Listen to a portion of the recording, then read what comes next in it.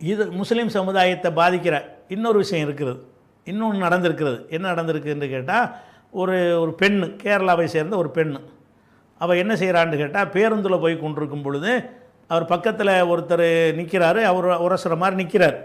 அதை வைத்து ஒரு ரீல்ஸ் மாதிரி வீடியோ எடுத்து போட்டு, நான் பெண் என்றும் பாராமல் என்னிடத்தில் பாலியல் சேட்டை செஞ்சார் அப்படின்னு சொல்லி அதை ஒரு வீடியோ பதிவாக ஒரு துஸ்மிதாவா என்ன முஸ்தபான்னு போட்டிருக்கு. ஒரு பொம்பளை, வாயில் நுழையாத ஒரு பேராக இருக்குது. அந்த பேரை சேர்ந்த ஒரு பொம்பளை என்ன செய்கிறான்னு கேட்டால், ஒரு வீடியோ பதிவு போட்டுறான். பதிவு போட்டு இவன் வந்து இப்போ பாலியல் சீட்டல் பண்ணுறான் அப்படின்னு ஒருத்தனை காட்டி, புகைப்படத்தெல்லாம் காட்டி பரப்புனவுன்னு அது மாதிரி என்ன செய்கிறான்னு கேட்டால், அந்த பாதிக்கப்பட்டவன் நொந்து போய், நம்ம எவ்வளோ ஒழுக்கமாக இருந்தோம், இப்படி நம்மளை வந்து பொம்பளையை வந்து நம்ம பாலியல் பலாத்காரம் பண்ணதாக சொல்கிறான்னு வருத்தப்பட்டு கவலைப்பட்டு போய் வேதனைப்பட்டு போய் அதுலேயும் கமாண்ட்லாம் போட்டு அவனை திட்டி, நேரடியாக வேறு ஒன்று ஃபோனை போட்டு பேசி, ஏன்டா அப்படி நடந்தா அப்படி இப்படின்னு சொல்லி அவன் பொண்டாட்டி புள்ள மூஞ்சிலெலாம் முழிக்க முடியாத நிலைமை ஏற்பட்ட உடனே அந்த ஆள் தற்கொலை பண்ணிட்டார். அவ்வளோ பர்சனாலிட்டி அழகான மனுஷனாக இருக்கார், வயசான அளவும் கிடையாது, நல்ல ஒரு இளைஞராகவும் நல்லாவும் இருக்கார். அவர் நினைஞ்சிட்டார்னா தற்கொலை பண்ணிக்கிட்டார். தற்கொலைக்கு என்ன காரணம்? இந்த வீடியோ தான் காரணம். சரி, இதில் பல விஷயத்தை பார்ப்போம். ஒரு பெண்ணை வந்து பாலியல் சீண்டல் பண்ணினான் என்று இவ பதிவு செய்கிறாள்ல, இது வந்து உண்மையா? முஸ்லீம் செஞ்சால் முஸ்லீம் ஆதரிப்பாங்கன்னு நினச்சிட்டு இருக்கிறாங்க நிறைய பேர். முஸ்லீம் செஞ்சால் தான் நம்ம கடுமையாக நாங்கள் கண்டிப்போம். தப்புகளை வந்து இஸ்லாத்தின் பேரில் செய்வதை தான் நாங்கள் கடுமையாக கண்டிப்போம். இவ என்ன செய்கிறான்னு கேட்டால், இந்த சேட்டை செஞ்சான்னு சொல்லி வீடியோ போட்டிருக்காள்ல, அந்த வீடியோவில் உள்ளதை தனியாக வர்றேன்.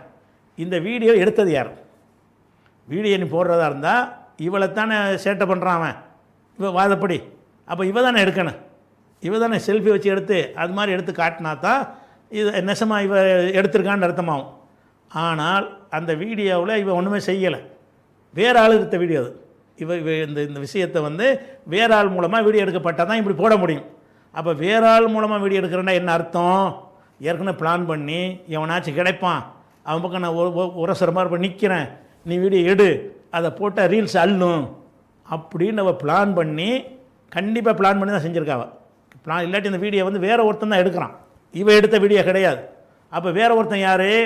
அவளுடைய வேண்டியவளா யார், என்ன வகையில் எடுத்தான் தெரியலை, யாரோ ஒருத்த ஆள் மூலமாக எடுக்கப்படுது. அப்போ அதில் நம்ம பார்க்குறோம், இது வந்து இவ வந்து ஒரு ரீல்ஸ் பைத்தியம் முடிச்சு 4 பேர் ஓகே பாஷா அல்லா அப்படின்னு சொல்லுவாங்கண்டு, அது மாதிரி சமூக போராளி மாதிரி காட்டலாமல். இப்போ இதை போட்டு விட்டோம்னா பாருங்கள், எப்படிப்பட்ட பொண்ணு, வீரமங்கை, ஆஹா அப்படின்னு பாராட்டுவாங்களாம். இந்த மாதிரி ஒருத்தன் பாலியல் சீண்டல் பண்ணுனா, அம்பலப்படுத்தி விட்டால் அப்படின்னு நினைத்து கொண்டு இவ என்ன செய்கிறான்னு கேட்டால், இவளாகவே ஒரு செட்டிங் பண்ணி வீடியோ எடுத்து செய்கிறான்.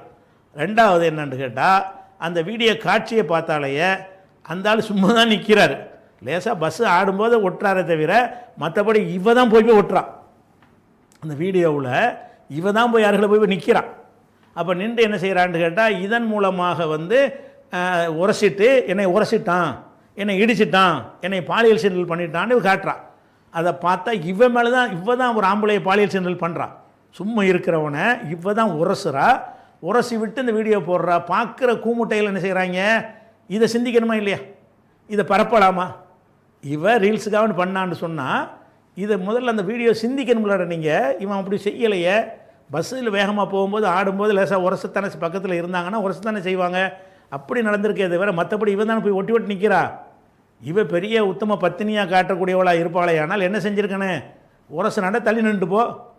எவன் உரசனாலும் சரி தள்ளி நின்றா வந்து உரச வரமாட்டான் தெரிஞ்சுக்கிறங்க. உரசு வரையெல்லாம் விளங்கிக்கிடுவான், இவ நமக்கு செட் ஆக மாட்டான்னு விளங்கிக்கிடுவான். அப்போ நீ உரசனாண்டவனே விலகி நின்ற வேண்டியதானே, மேலுமே என் ஒட்டுற நீ.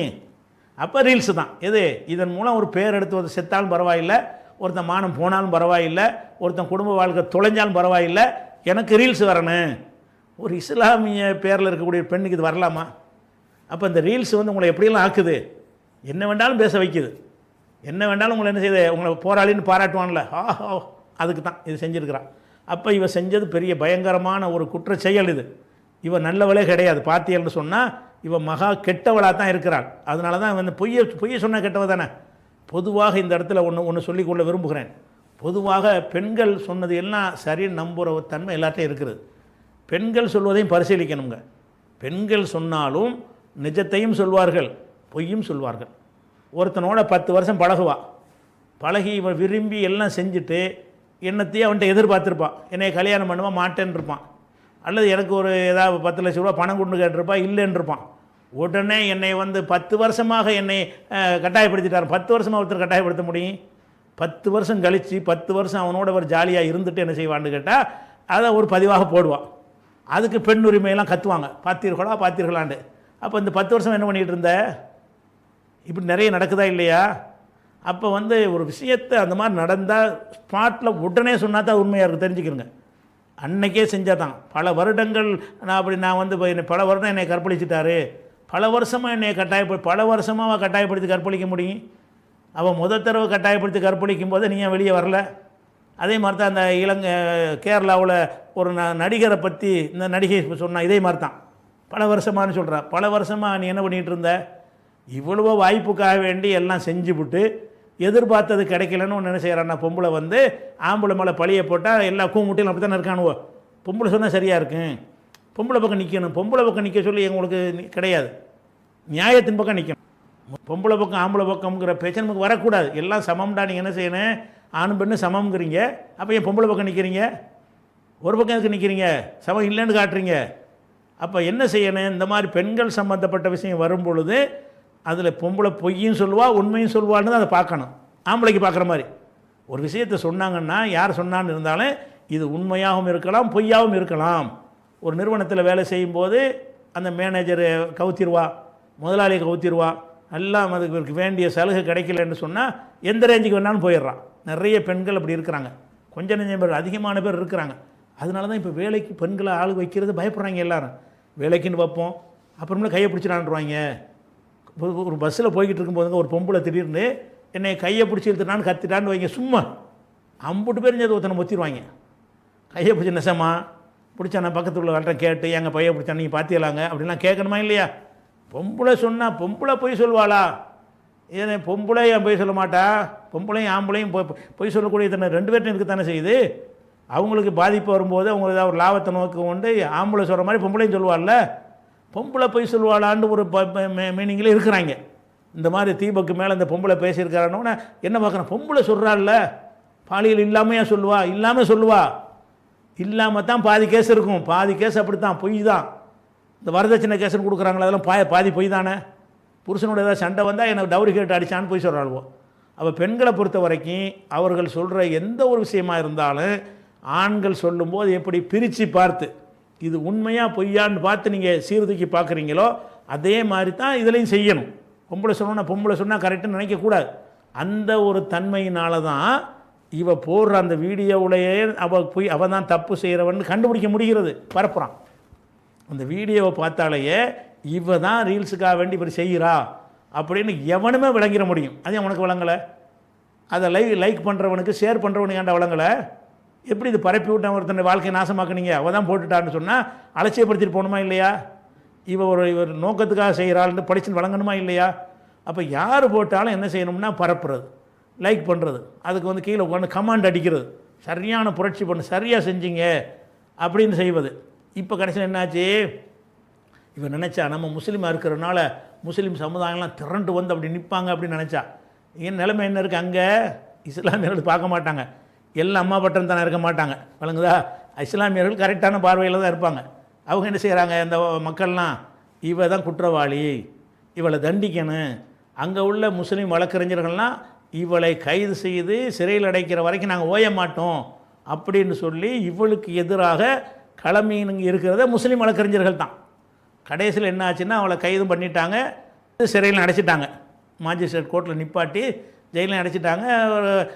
ஒரு 15 நாள் 90 நாள் வரைக்கும் அவள் ஜெயிலில் இருந்துட்டு வருவாள். பிறகு அந்த கேஸை நடத்தி அது ஒழுங்காக நடத்தின அந்த கேஸை ஒழுங்காக நடத்தி இந்த மாதிரியான களிசடைகளுக்கு கடும் தண்டனை வாங்கி கொடுக்கணும். இந்த தற்கொலைக்கு தூண்டின ஒரு ஆள் அவதூறுக்கு ஒரு செக்ஷன் இருக்குல்ல, அவதூறு பண்ணது, அதை மக்கள் மத்தியில் ஒரு கெட்ட பேரை ஏற்படுத்துவது, பொய்களை பரப்புனது அப்படிங்கிற விஷயத்துக்கெல்லாம் சேர்த்து இவளுக்கு உச்சபட்ச தண்டனை கிடைச்சா இந்த ரீல்ஸு பைத்தியங்கள்லாம் தெரியும். நம்ம கரெக்டானதான் பேசணும், ரீல்ஸு கிடைக்கிறதுக்கான என்னத்தையும் பேசிடக்கூடாது என்று அது ஒன்று வரும். அதனால் வந்து இவளுக்கு முஸ்லீம்கள் யாரும் சப்போர்ட் பண்ணவில்லை. சில காவிகள் உள்ள நுழைஞ்சிக்கிட்டு இந்து முஸ்லீம் பிரச்சனை மாதிரி ஆக்க பார்த்தாங்க. ஆனால் நிலைமை என்ன ஆச்சு? ஒட்டுமொத்த முஸ்லீம் தான் இவளுக்கு எதிராக நிற்கிறாங்க. ஒட்டுமொத்த முஸ்லீம்களும் தீபக்கு பக்கம் நிற்கிறாங்க. நான் உள்பட தீபக்கு பேசுகிறேன். ஏன் இந்த உங்களுடைய தப்புக்கெல்லாம் சப்போர்ட் பண்ணுற சமுதாயம் முஸ்லீம் சமுதாயம் கிடையாது. நியாயமாக இருந்தால் தான் முஸ்லீம்னு பேரை வச்சுக்கிட்டோம், நம்ம என்ன வேணாலும் செய்வோம், நம்மளை சப்போர்ட் பண்ணுவாங்கன்னு நினச்சிங்கன்னா ஏமாந்துருவீங்க. அப்படி முஸ்லீம் சமுதாயம் இருக்காது. முஸ்லீம் சமுதாயத்தில் அதிகமான பேர் கரெக்டான தான் எதிர்த்துருவாங்க. இனம் சார்ந்து அவங்க பார்க்கவே மாட்டாங்க. இதை ஒரு பதிவாக ரெண்டாவது விஷயமாக சொல்லிக் கொள்கிறேன்.